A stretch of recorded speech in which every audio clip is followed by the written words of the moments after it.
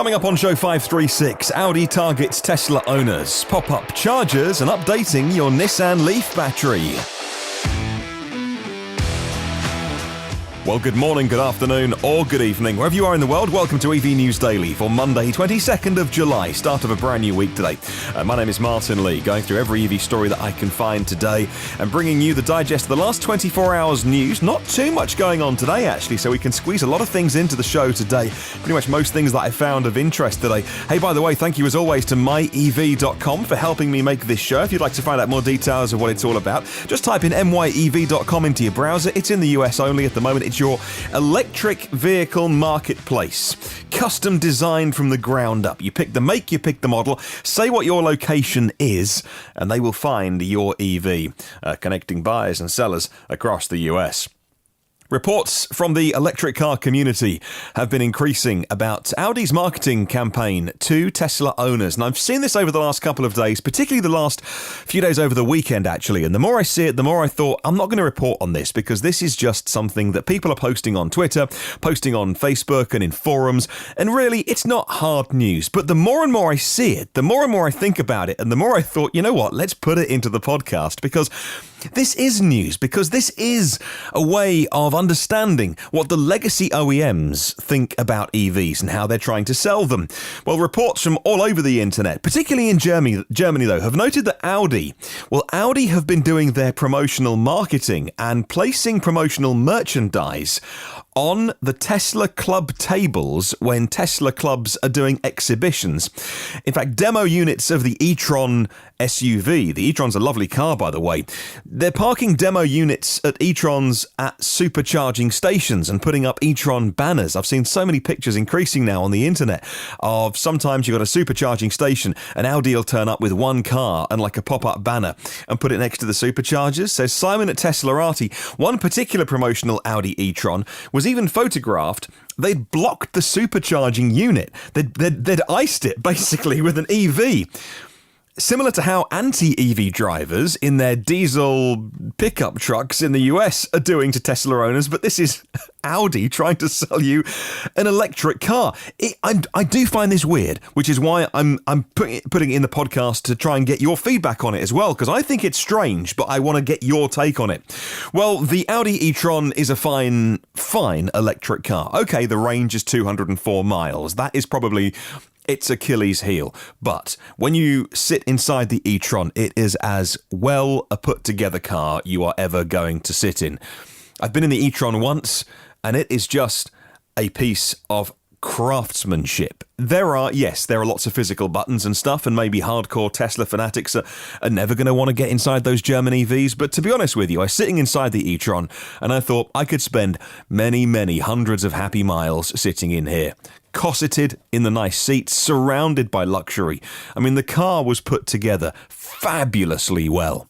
The Achilles heel is indeed its terrible efficiency and 204 miles on the EPA rating. We know the reason why. We know that Audi leave a lot of room at the top of the battery and the bottom of the battery. They don't give you access to the full battery that's in the car. That's partly for battery management so that you can charge it and it charges very quickly. But if you are going to sell the e-tron on anything, it should be on, I think personally, and who am I, but I think personally on quality and the sheer experience of driving an Audi e-tron. I think the Audi e-tron is the perfect car. If somebody came along to buy a petrol or diesel Audi SUV, put them in that and go, oh, and by the way, it's silent and the torque is instant. Oh, and you won't spend any money running it because of electricity costs. It's an easy sell. The thing is, what's Tesla really good at? Well, many would say they're learning how to make great cars. But over the years, yes, they've been guilty of not making the most well put together cars. In fact, you could say that inside a Tesla, it is, especially an S and an X, by the way, which is starting to look a bit dated inside. It's just one big slab of screen and not too much else. And so, at least with the Model 3, there's some interesting styling and things inside there. The S and the X are starting to show, they're a little bit long in the tooth now, but they're still a nice car. But the one thing, if you were Audi, if you understood the mindset of the EV community, people like you and I, people that are EV curious, who haven't got an EV yet but are thinking of getting one, the one thing that you wouldn't do is take an Audi e-tron to a supercharging station and point out the fact that your Audi e-tron can do about 170 miles less than a long-range Model S. It just seems bonkers. But am I missing something? And this, if you want to, is where you can email me or leave a comment to say, look, Martyn, you've not thought about this. You've not thought this through. If you put Audi e-trons at superchargers, I think you just highlight the negative. Apart from that, Audi also doesn't have its own charging infrastructure. So you are arguably turning up the best thing about Tesla. And there's not, look, okay. That's a pretty binary comment, I know. There are many good things about Tesla. But, okay, so the range is pretty good. The efficiency of the cars is great. All those things. But really, the supercharging network, it does blow your socks off. Like, what they've done, admittedly with debt and, without making a great deal of money, but over the years, building the supercharging network, it's pretty darn impressive. And so you take the Audi e-tron, which is entirely reliant on the hope that third-party organizations are going to build out networks for you to charge your car on, and you take it to the one thing that Tesla has over you. Again, to me, it just seems slightly crazy, but maybe I'm missing something. The e-tron is capable of very rapid charging, but the vehicle does rely on those third-party solutions for any kind of long-distance travel. But if you get inside an e-tron, it is, I think, it's head and shoulders above pretty much any other EV that I've sat in. Maybe the I-Pace. I've not been inside the Mercedes EQC, but maybe the I-Pace is up there as well. That's a lovely car. It just seems the weirdest thing. If you sell an e-tron to somebody comes into the showroom hoping to buy a petrol or diesel Audi and they go away with an EV, that's a wonderful thing. I'm just not sure you're going to convert any Tesla owners into that car by saying, look, it's nicer inside, and look, if you're being, take away the emotion, and fanboys and fangirls, take away the emotion, the inside of the e-tron is a nicer place to be than the inside of a Tesla. If you take that argument, any Tesla owner is going to go, yeah, but mine goes like at least 100 miles further. I think it's a weird thing to do. Anyway, I've seen so many reports of it now, I had to report it on the podcast and seek your opinion to see if what I thought was entirely rational. All right, moving on, and let's talk about a story that we last featured maybe a year ago on the podcast, Urban Electric. Urban Electric are a British startup company, and they've just released a brand new image of their UEone. What the UEone is, it's a retractable pop-up charging station for residential on-street parking. This is a pop-up charger that, when it's not in use, disappears down into the pavement. When it is in use, it pops up.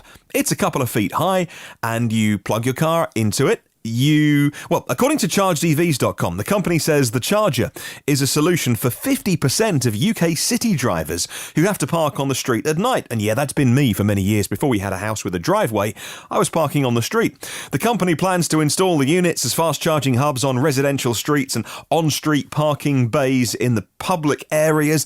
The retractable units that sink down into the concrete, into the pavement, so you don't know they're there. They charge the vehicles overnight during off-peak hours. They're designed to minimally impact the urban streetscape. Well, the project is going to integrate hub charging with a parking platform called Appy, A-P-P-Y, Appy, and it provides a seamless parking and charging experience. It includes road sensors that let drivers know if the parking bay is available, and then when they pull up to the parking bay, you use the app, and then the unit electronically rises from the pavement, you plug your car in, and it starts to charge, or it'll charge overnight, and then it will automatically bill you. With all these things, the absolute utopia is if you take a street with 200 cars on and it's in the middle of a city, particularly a historical city like London, for instance, lots of people are parking on the street there. Victorian houses didn't have off-road parking because they didn't have cars. If you take those situations, the absolute utopia is every parking space in the street has one of these pop-up chargers. And I'm sure the people behind Urban Electric, who I've had on the podcast before and are sound and I think with a really decent idea here, they would love that. They would love to sell one for every single parking space. As these things start, they always start slowly and ramp up, don't they? So it's one of those ones where you think, oh, I'm going to drive home, and then, the spaces are full. You want to do it like, Tesla do it with the supercharging stations. You don't want one or two, but you want 15 or 20. I'm going to pop a link in the show notes if you want to find out more about this. It's something that I think has got a really bright future. Well, in what automotive news is declaring a bold way forward, the new CEO of BMW, Oliver Zipse, is promising not to make electric cars on a platform that's not explicitly designed for their propulsion system, not because that's better for BMW's customers, but for BMW's ease of manufacturing. They say the customer is always right, apart from when you've got to build cars, says Jalopnik, by the way, today. This is a very different system than the one used by companies like Volkswagen, which see the future of EVs as needing dedicated platforms. And companies like Ford have now bought into, well, they are licensing the VW platform. It is what we call the skateboard design, a flat battery pack, the wheels and the relevant things on each corner of the car, and when you lay them flat, like a pancake, across the bottom of the car, that's a dedicated EV platform. You start from a blank sheet of paper. It enables a much better weight distribution. Electric motors can be placed in inconspicuous spots compared to having to do it the other way around. Well, Automotive News says that the new CEO of BMW delivered a 40-minute talk at BMW's Oxford Mini plant, and half of that time was devoted to why BMW shouldn't go down the same path as Volkswagen and Tesla in creating vehicle platforms that are uniquely designed for electric cars. Instead, he said, BMW must have platforms that can go either way. That's been a topic of strategic debate inside BMW for many years, complicated by the company's relative limited global production capacity. Well, BMW in June said it will introduce 25 electrified models, not electric models, by 2023, 2 years earlier than originally planned. The new CEO, Zipse, says he was at the plant here in the south of England to present Mini's first ever electric car. It's the Cooper SE, built on the same platform as the combustion Minis. As they're moving down the combustion line, same platform, same factory, same way of building them. He said the cost to adapt the plant was minimal and didn't require a big effort. Of course, BMW's most successful EV was built from a blank sheet of paper from the ground up as a piece of space-age technology, and that is the BMW i3, and, well, that sold pretty well. So the new CEO of BMW is using the same language as the old CEO of BMW, but he seems doubling down on it and giving a large proportion of a speech to say exactly why theirs is the right way of doing it. You know, there's many others, by the way, doing it that way. Mercedes are doing it the same way. Maybe you can do it both ways. Maybe it's not either or. Maybe that's not binary. Maybe it's whatever flavour suits your own production techniques. Doesn't have to be, all EVs don't have to be built this certain way. But it's interesting to think about. Staying with BMW, and it was at the end of May when BMW hopped inside the cabin of the iNext to show us an official glimpse of the iNext SUV's cabin by showing off the back of the massive driver-oriented curved display. Well, fast forward to today, July 22nd, a new interior shot has been revealed online. We now get to see the electric vehicle's all-new steering wheel that represents a departure from previous BMW steering wheels, according to Motor1.com today. The production-ready iNext is going to boast a polygonal steering wheel featuring a flat rim at the top and bottom, combined with rounded corners at the sides. BMW explains they didn't just do it for the sake of coming out with a different looking steering wheel. They wanted to make it easier to figure out the steering angle based on the position of the wheel compared to a traditional circular steering wheel. Well, the two-spoke steering wheel features optical fibres built into the side of it that light up when you need to take control of the iNext or put your hand back on the wheel, and when the automated driving functions are available. I should add, by the way, I saw plenty of pictures last week of the brand new Corvette C8 being released, and hasn't that got pretty much the same steering wheel? I think they were doing it for reasons of driver pleasure, saying that when you are caning it on the track and drifting sideways, you'll know which way is up, as it were, which way is straight. Moving on to Tesla, and they are poised to hold their second quarter earnings call after markets close in 2 days' time on Wednesday. They're exceeding expectations on vehicle production and deliveries. Now all eyes are on whether they can return to profitability, which it was able to do in the third and the fourth quarters of last year, says Teslarati. Well, as for revenue, FactSet expects them to report sales of $6.5 billion in the second quarter. That's an improvement over $4 billion on the company report reporting in Q2 2018 year on year, and the $4.5 billion from Q1 2019. Estimize, for its part, expects Tesla to do sales of $6.6 billion. A bit of consensus there in the numbers. And I'm going to put a link to Teslarati in the show notes if you want to read more. Right, 2 more stories today. And Tesla has revealed its revolutionary new wiring architecture that enables more robot automation in the manufacturing process and uses fewer materials for its upcoming cars. Those are the Model Y and the Tesla pickup truck, says Fred at Electric today. Elon Musk said that the Model S has 3 kilometers of wiring harnesses. Well, Tesla managed to halve that, and for the Model 3, they got it down to 1.5 kilometers of wiring harness per car. But that's just the beginning. Tesla is currently working on a whole new wiring architecture for any future vehicle platform. The target for Model Y is just 100 meters of wiring. In a new patent application revealed, it recently became public and was obtained by Electric. Tesla revealed the first details of this brand new wiring architecture. They're on target to do that for the Model Y.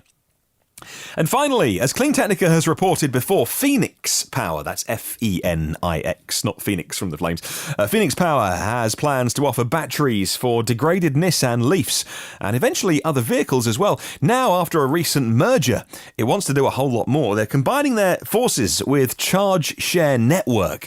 They're keeping the Phoenix name, though, and they're going to offer a range of services to help older Leaf drivers to make them easier to use, says Clean Technica.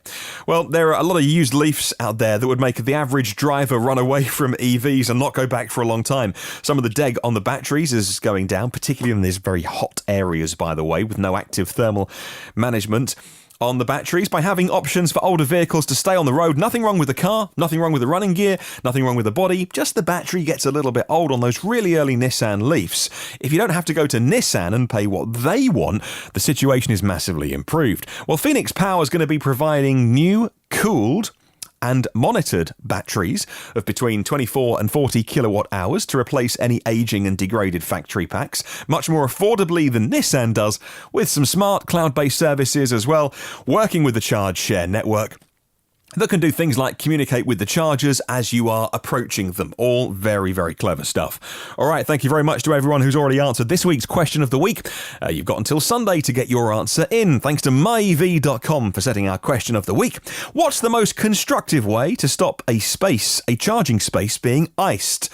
And by constructive, I mean, let's be positive with this and not say, tow the car and crush it. What's the most constructive way to stop a charging space being iced? If you are new to the podcast, iced is when a car that runs on a combustion engine blocks a charger. ICE, internal combustion engine, ICE. We call it being iced when a fossil gobbler parks in a charging spot. Email me, hello@evnewsdaily.com, or you can leave a comment on Facebook and YouTube. Well, thank you so much to 237 patrons of the podcast. Your sheer generosity means I get to keep making this show and loving it as well. Thank you very much. If you've checked out patreon.com, patreon.com/EV News Daily. On the weekend's bonus show for executive producers and above, that's $10 and above. That's basically a super posh coffee once a month, or a couple of nice coffees once a month. Not that you're buying me a coffee, by the way. That money goes on making this podcast happen and the hosting and all of those kind of things. We are talking about, on the bonus show last weekend, the availability of the Mini being now in more countries, new Ionity chargers in the UK, new sets of Model 3 VINs and what it means for international deliveries of the Model 3, and how Bosch is extending the life of EV batteries. Those stories and lots more on your bonus edition of EV News Daily for those that support at $10 executive producer or more level. If you would like to get any of the new shows, by the way, the complete archive of 535 shows is, and always will be, online for free. That's where the Patreon money goes, by the way. If you want to get the new shows, by the way, get them first and free and automatically by hitting subscribe on your podcast app. If you can leave a little review, it really helps with social proof. Other people will see your review and decide whether to listen to this podcast. And as I am blatantly desperate to spread spread the word about electric cars, please do drop by Apple Podcasts and leave a few words, a little star rating or a review. I know you're busy, but it would mean so much to me. Come and say hi on the socials by searching EV News Daily. Have a wonderful day. I'll catch you tomorrow. And always remember, there is no such thing as a self-charging hybrid.